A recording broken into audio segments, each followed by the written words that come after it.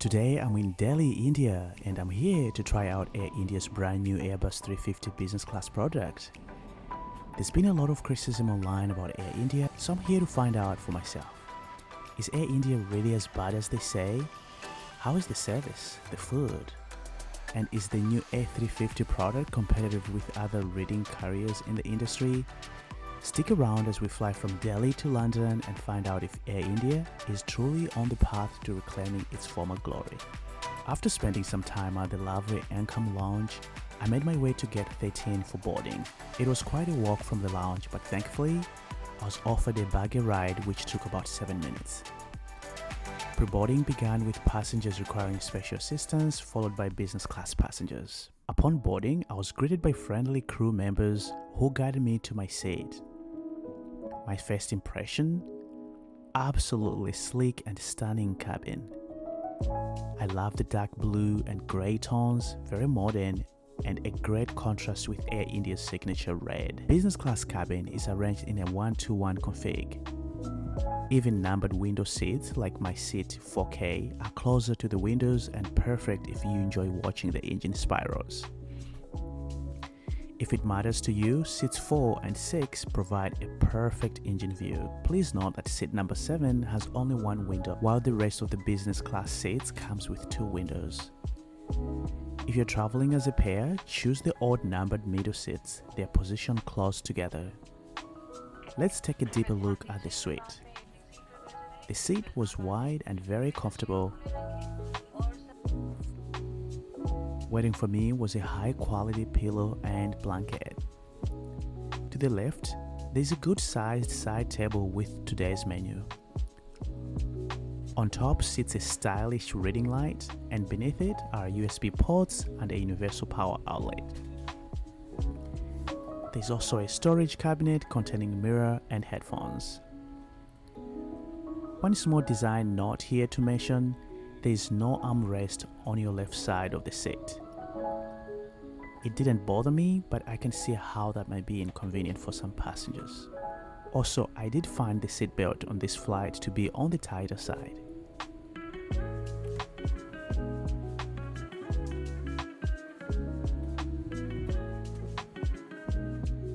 On the right side of the seat, you find the entertainment controls. This also doubles as an armrest.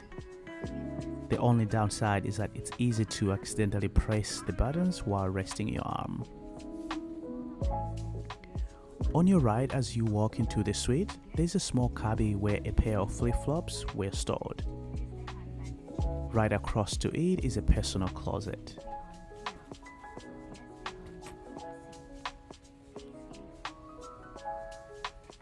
It's worth mentioning that this aircraft was initially built for Aeroflot, the Russian airline, which may explain some of the cabin layout choices here, like the closet. The 21-inch screen TV sits right in front, and below that is a very cozy food cubby with an additional pillow and one of the best comforters I've experienced in the sky. Thick, wide, and incredibly soft.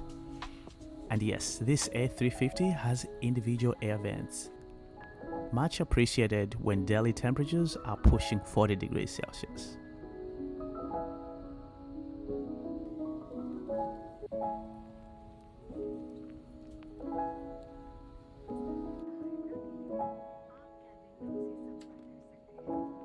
Over here is a well-built table that slides like so.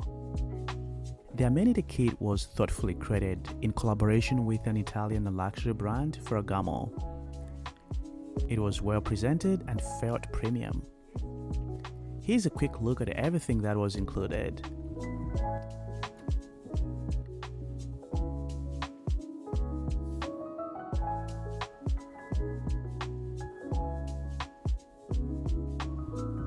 At exactly 6:25 a.m., the engines roared to life and we pushed back.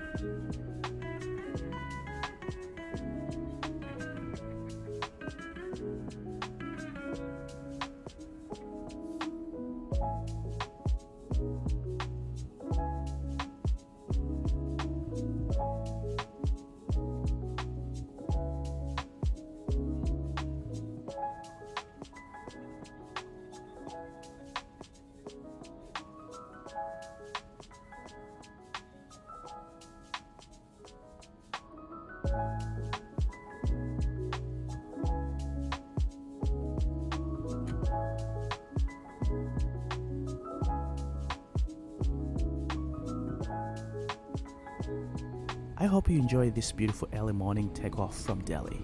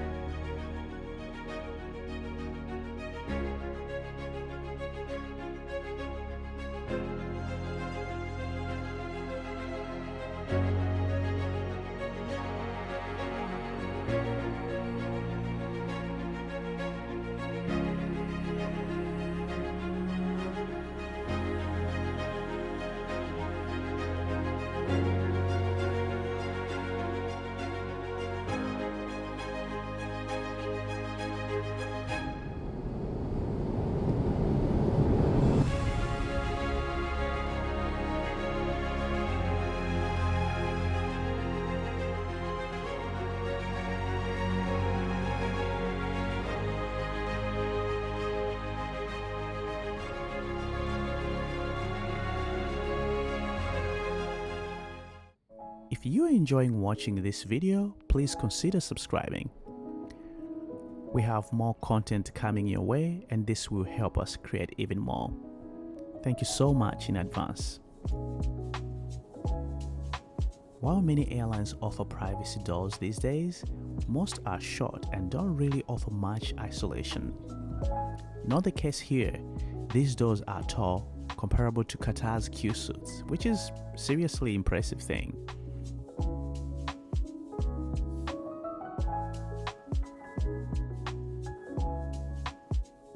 The IFE features a reasonably responsive 21-inch screen loaded with wide variety of local and international content. The moving map was interactive and relatively smooth.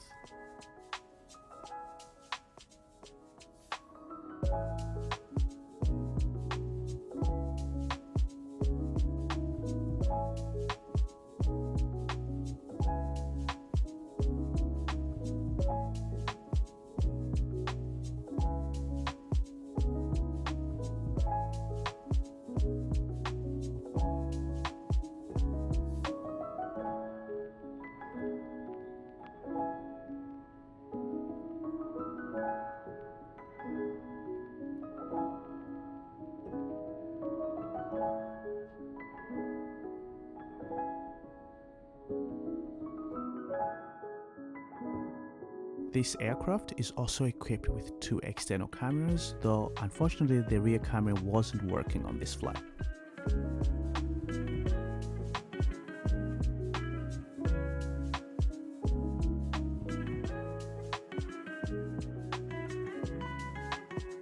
The headphones were solid, comfortable with good noise cancellation. So good, in fact, the flight attendants collected them before landing. Here's a look at the food and drinks menu. Feel free to pause if you want a closer look.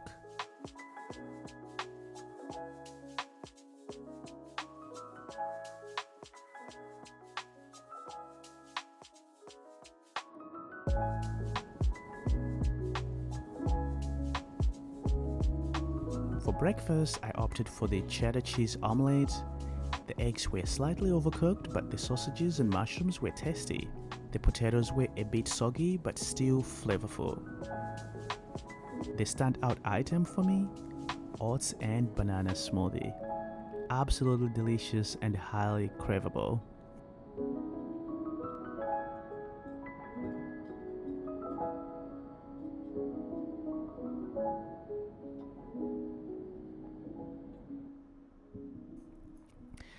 The bathroom was compact as expected, but well stocked and clean throughout the flight.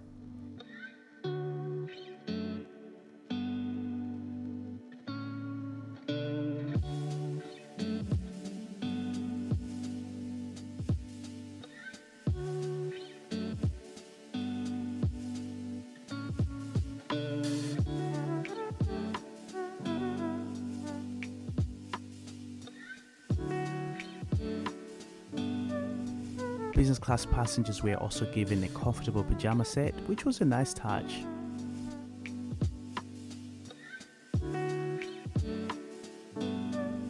After breakfast, the crew offered a 10-down service. The bed was wide, the comforter was incredibly cozy, it just felt like home. I managed to get a few solid hours of rest.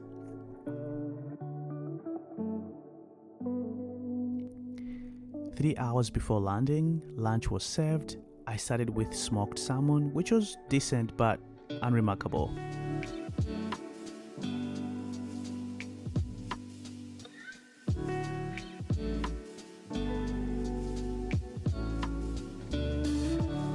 For the main course, I went with the barbecue chicken breast. It was fine, but honestly forgettable.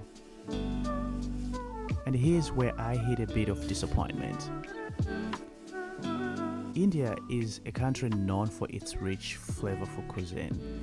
Yet, both the main course options were chicken, and I had just flown with them on another leg to Delhi, and they had the exact same menu. It's one thing to reuse a signature dish across different routes. Qatar does that well. But to serve an identical menu on a back-to-back international flight, that just screams lazy to me. Also, if beef isn't an option, which is understandable due to religious reasons, why not offer lamb, fish, or goat? I just came back from the lounge in Delhi where the Indian food spread was phenomenal. Air India should bring that experience on board. If the Tata Group can place an order for 470 new jets, surely they can afford to invest in a thoughtfully curated Indian menu. For the dessert, I went with the chocolate parfait and it was really good.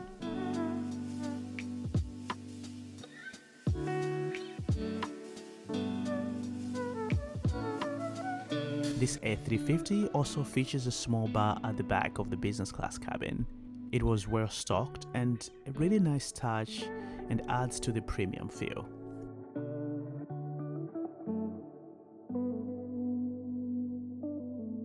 Before we knew it, it was time to start our descent into London. The weather was beautiful today, and I hope you enjoy the wonderful views.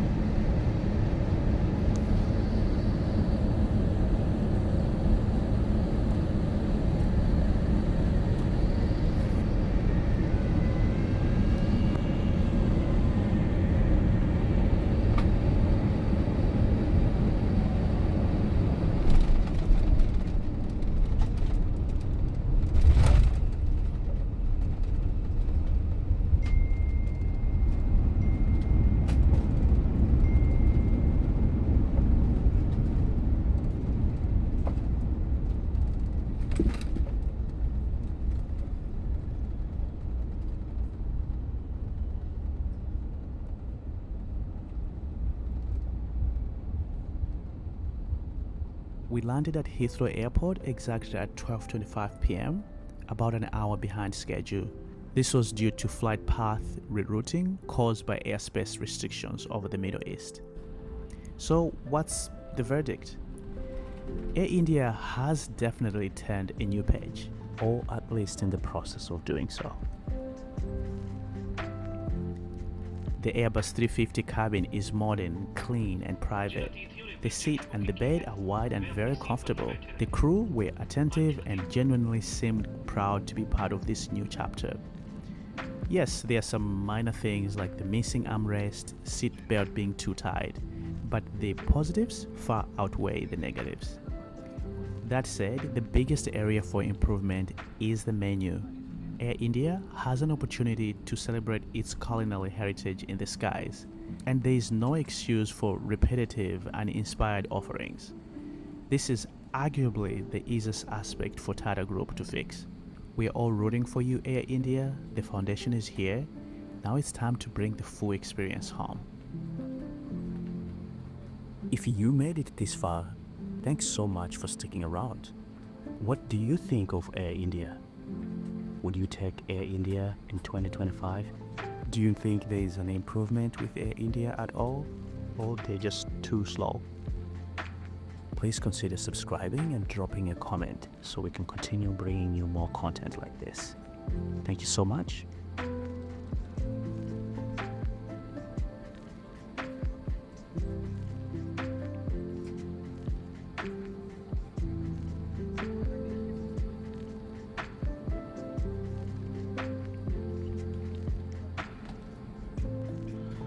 Cabin crew doors to the sound.